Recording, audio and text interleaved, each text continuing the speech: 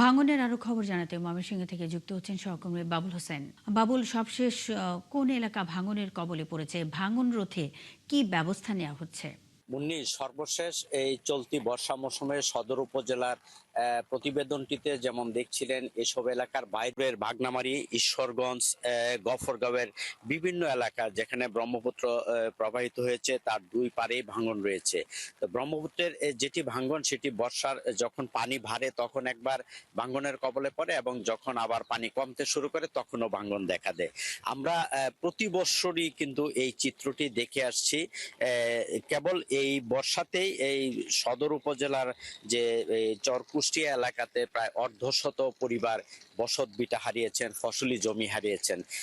তো এই যে প্রতি বছর তারা দাবি করেন, স্থানীয় সংসদ সদস্য যেটি বলছেন যে তিনি একাধিকবার জাতীয় সংসদে মন্ত্রী প্রতিমন্ত্রীর দৃষ্টি আকর্ষণ করেছেন, উত্থাপন করেছেন, কিন্তু সমস্যা যেটি হচ্ছে যে পানি উন্নয়ন বোর্ড তারা প্রকল্পের কথা বলছেন, যে একটি স্থানীয়দেরও দাবি যে একটি স্থায়ী সমাধানের জন্য একটি স্থায়ী বাঁধ নির্মাণ করেই কেবল এই সমস্যা থেকে সমাধান করা সম্ভব।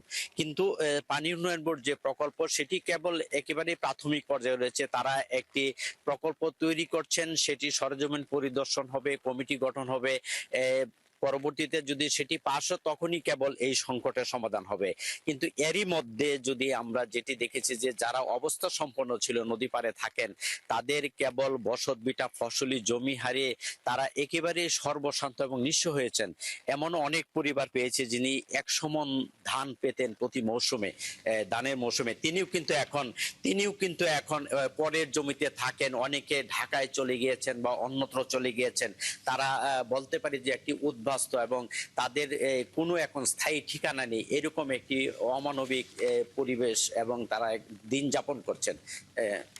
বাবুল হোসেন, আপনি আছেন, খবর রাখতে থাকুন, আমাদের সঙ্গেই থাকবেন। দর্শক, ময়মনসিংহে পুরনো ব্রহ্মপুত্র নদের ভাঙনে নিশ্চিহ্ন হয়ে যাচ্ছে গ্রামের পর গ্রাম। এ বিষয়ে খবরাখবর নিয়ে বাবুল হোসেন এতক্ষণ আমাদের সঙ্গে যুক্ত ছিলেন।